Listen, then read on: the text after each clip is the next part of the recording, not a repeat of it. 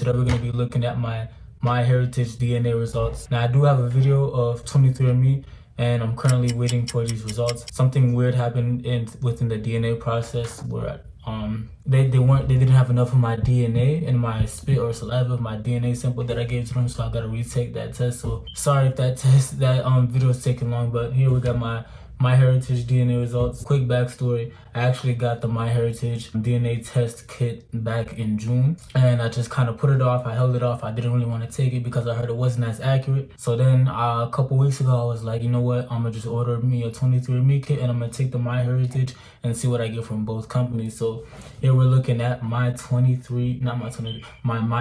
DNA results. We're gonna show you guys what I got. Now, to be fair, they didn't have the Sudanese DNA sample, and for extra context, I'm a Dinka from South Sudan, so they didn't have any Sudanese DNA sample, so take everything with a grain of salt, considering that they didn't give me Sudanese DNA, they gave me Sudanese or Nilotic related, keyword Nilotic related. They basically said I had matched the DNA of other tribes related to South Sudanese.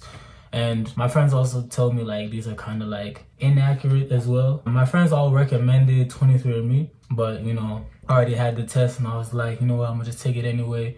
And I figured I just might make this video. Alright guys, so here are my DNA results. So first we're gonna look at Africa. And I actually got all three sections. I got African, American, European, and South Asian. Again, I don't really actually believe that I have DNA from all these different places because they don't even have my tribe's DNA results. So I'll just zoom in and show you guys. So my ethnic group is from South Sudan. Okay, we're from Bor, this city right here. So the DNA that they first gave me was at most was 43% Maasai, which are a Kenyan Eastern Nilotic group. Now here it says Maasai are an ethnic group, ethnic people living in southern Kenya and southern Tanzania. According to their own traditional lore, the Maasai are descendants of migrants who came from the lower Nile Valley some 500 years ago. Which honestly, that's accurate. Actually, that's very accurate. I'm like my existence. Again, I'm from here, from Bor. For those of you guys who don't know, the Nile goes. It starts here in like Uganda, and this is where the white Nile starts, and then the blue Nile starts here in Ethiopia, and the Nile goes all the way up here. It meets in Khartoum right here. So this is the blue. The white Nile meets up here, coming through South Sudan, going to Khartoum. The blue Nile comes from Ethiopia and goes into Khartoum, and then creates the bigger Nile River, and it goes straight through Egypt and into the Mediterranean. So these are my this is the largest DNA percentage I have for the Maasai tribe. And it's actually interesting because although I'm Nilotic and Maasai are Nilotic, they also have like Cushitic admixture right here. So that's interesting, and I might explain this. Now Kenyan, you know, it's a very broad term. Now, mainly, I would assume like on my 23andMe results, this would either just show up as all Nilotic like the Maasai would, or it would show up as mostly Nilotic and maybe like Southern Eastern African. But I'm definitely heavy on the Nilotic. If you guys see you guys know what I look like.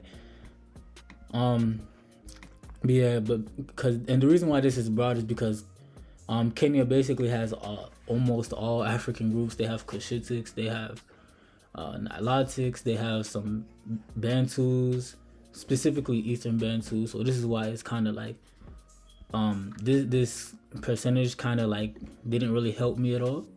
Like you know what I mean? But you know, it is what it is. And then we got West African. Now, to be fair, and I think that the same thing with the Kenyan, they weren't able to trace my DNA with a specific ethnic group, and the same thing could be said for West Africa. They don't really have a specific West African group they can cluster me with.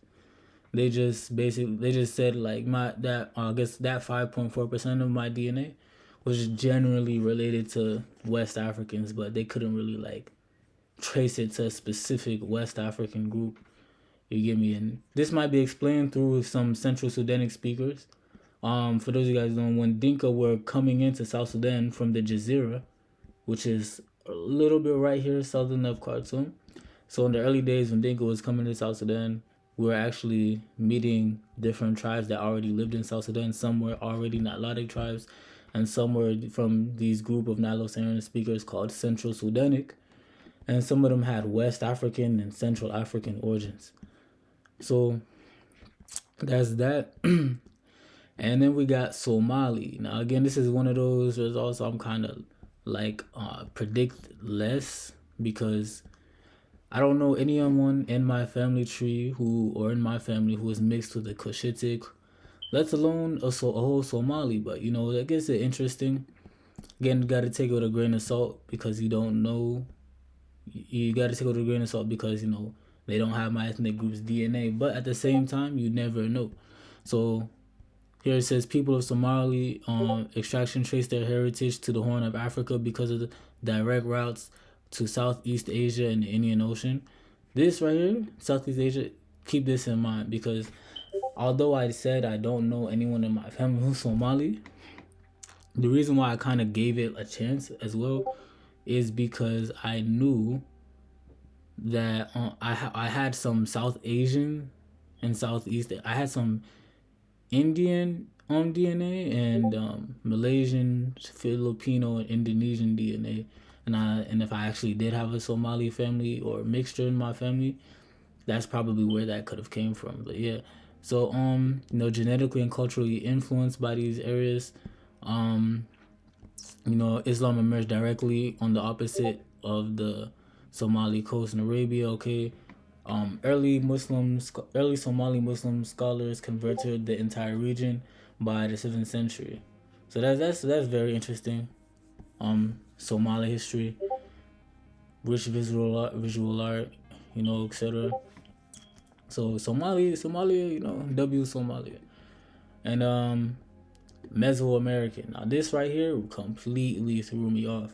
Again, I'm somebody from the Dinka tribe all the way in South Sudan. I have no idea what made the people at this company think it was okay to give me Mesoamerican DNA. Now one explanation my friend gave me was just because, like, I live in Arizona, live in America, and in America there's a lot of Hispanics and all that stuff here, so maybe that's a way, but I don't really know if that's actually like a logical, logical, considering like DNA and science. Like, can being in America alone, simply being in America alone actually change my DNA? But yeah, it is the same case with the West Africans. They couldn't really trace whatever part of my DNA decided to label Mesoamerican. They couldn't trace it to a specific Mesoamerican people. So, you know, they just Guatemala, Southern Mexico, Costa Rica, Colombia, Peru, Chile, much more Colombia. It says population of Meso and South America includes a number of indigenous groups with pre-Columbian roots. These include the Maya peoples of Mesoamerica, and I don't even know how to say that. Yeah, I ain't gonna try to say that. And yeah, man. Oh, it even talks about ancient Central American civilizations such as the Mayan and Aztecs. So hey, man. Not only can I claim the African pyramids of Sudan and Egypt, but shit, hey, through this 2.1%, I'm gonna claim the America too. I'm just playing. But yeah. Now we got the finish, which again is a really like big surprise too. It's crazy is that they were able to trace to a specific European group, but it's Finnish from Finland. Got a nice picture here. Heard Finland was like a really nice like snowland, whatever the case may be. But very interesting. I have no idea. Again, how I'm a whole Dinka man, and I managed to have 1.7% European DNA. I don't Finnish DNA. I don't really understand that, but it says Finland and Western Russia are characterized by the combined influence of Nordic and Slavic cultures. However, while there are certain words that were borrowed into Finnish, the Finnish language is not related to Scandinavian language nor Russian. The Finnish language is closest. The the Finnish language's closest linguistic relatives are the Balto-Finnic languages, which are spoken in the Baltic Sea region. These include various Karelinian language and Estonian. Finnish has numerous other linguistic relatives, such as the various forms of, I don't know how to say that language. Many minority languages spoken in Russian and Hungarian. So not really too much information on Finland. I don't really know too much about Finland, if I'm gonna keep it real. But get some linguistic history. So that's that. And then here's the South Asian and the Filipino, Indonesian, Malay, whatever, that I was talking about, which might be the product of this right here. Maybe too, maybe, just maybe, all of this weird stuff is the product of Somali. Like, that's the only, if this was real, obviously, maybe that's the explanation. But yeah, so South Asian, so we got basically just India. What I'm saying, got a nice picture right here. South Asian trace their deep origins into assimilation of various Indo-Iranian peoples into native populations of the region, including Dravidians and Sino-Tibetans, living in what is today the most populated region in the world, including the modern-day India and Pakistan. South Asia people speak a diverse set of languages and practice very diverse major religion, including Hinduism, Buddhism, Islam, Christianity, and Judaism. The migration of South Asian people out of the region intensified during the colonial era, and today there are significant populations of South Asian people in Australia, the Americas, Caribbean, Europe, Africa, and other parts of Asia. The modern practice of yoga traces its origins to ancient Indian spiritual practices still studied by yogic adherents today. Due to religious and cultural norms in India, the religion is home to more vegetarians than the rest of the world put together. So that's interesting. India.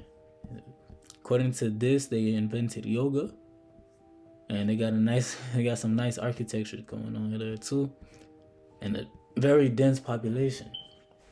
Now, with this Filipino, I actually heard that there are people of like Indonesian, Malaysian descent in Madagascar, and I even heard Somalis have some relation to Madagascar. So maybe that's another thing too, like Madagascar, the Malagasy peoples. And if you guys like have any information you feel like I need to know about any of this stuff, like definitely let me know in the comments, because when it comes to like especially these non-African stuff, like it's confusing. I don't really know too much about it. So this region of the world is home to hundreds of groups, each united by its own language, most belonging to Austronesian language family. In the Philippines, the ancient Negrito people migrated from mainland Asia to settle on the islands around 90,000 years ago. They have become a great source of information for those studying pre-Hispanic culture in the area. Most Filipinos today are ethnically Malayo-Polynesian, and their language isn't the Austronesian family. Other ethnic groups include Avetan, I'm not going to try to pronounce these, Cubano, Tagalog. Oh, I think I actually had a teacher from the Philippines, and I remember hearing these two words. I don't remember when. He was my music teacher. I think he was Tagalog, because this was the language. He taught us how to sing a song in Tagalog. So if you're a Tagalog, shout out to you, man. Shout out to you. And many of these peoples converted to Christianity while in Western Mindanao, Yeah, I'm not. Some practice Islam. Indonesia is home to more than 300 ethnic groups. The large group breaks down into subgroups, including the Javanese, the Sun. I almost thought I said Sudanese, bro. The Sudanese, Malay, and I'm not even gonna try to say that. Native Indonesians called Pribumi, sons of the land. The ethnicities found in Malaysia include this same diversity. Modern day Malaysians are connected through geographical proximity, shared history, and common culture. In recent histories, people with Filipino, Indonesian, and Malay ethnic roots have migrated to Madagascar, like I told you. Madagascar. So maybe that's where that's the most closest place to South Sudan. That I could have obtained this 1% DNA, Filipino Malaysian DNA from. Guam and Northern Mariana Islands, and have left their genetic mark on these areas as well. So yeah, man, this nice place. I don't really know what this is. I don't know if this is like a waterfall, what's going on here, but yeah, man. So this is my DNA, okay, from the Dinka, man. Yeah, Dinka man from South Sudan, man. You know what I'm saying? So, if you're a Dinka, man, if you're a Dinka and you took this DNA test, or if you took 23andMe, definitely like be sure to let me know how that was, cause I'm interested. And looking here again, I just wanted to show you guys why I didn't have Sudanese, cause like even someone tried to ask me if I was really Sudanese. Like, obviously, like maybe this person was joking. This is in my server, but yeah, they have all of Sudan as Central Africa, which is weird. They don't even have. They put Sudan and South Sudan as Central African, but they don't even have our DNA samples. You know, so Central Africa, again, it shows Sudan, South Sudan. In 23andMe, I see that this is usually grouped together, and usually probably just means like not Logic DNA, but yeah. So the largest segment of Central African population belongs to the Bantu subgroups. The Atlantic slave trade between the 16th and 19th century shipped Central African people to the Americas. Their descendants make up a large percentage of the population in the Caribbean, Brazil, and the U.S. There is archaeological evidence of human habitation in Central Africa dating back at least 100,000 years. Central African pygmies have an ancient indigenous lineage presenting an extreme genetic divergence from all other human populations. So that's actually very interesting. Presenting an extreme genetic divergence from all of the human population. That's crazy. So hey, shout out to the pygmies out there. But yeah, man. So this is my DNA as a Dinka, man. So yeah, man. Any more what's it called? Any more things you guys want to say about this? Definitely say it in the comments. You know what I'm saying? Got any comments you want to say about this? You want to talk to me about Sudanese history or African history in general? You want to share African history and share information with us? Definitely feel free to hit the link in the description and join the Discord server, the Nile Valley Elite, the New Sudan Nile Valley Elite, and yeah, you can educate me, educate the fellows on there. And yeah, man. That being said, you guys have a good one.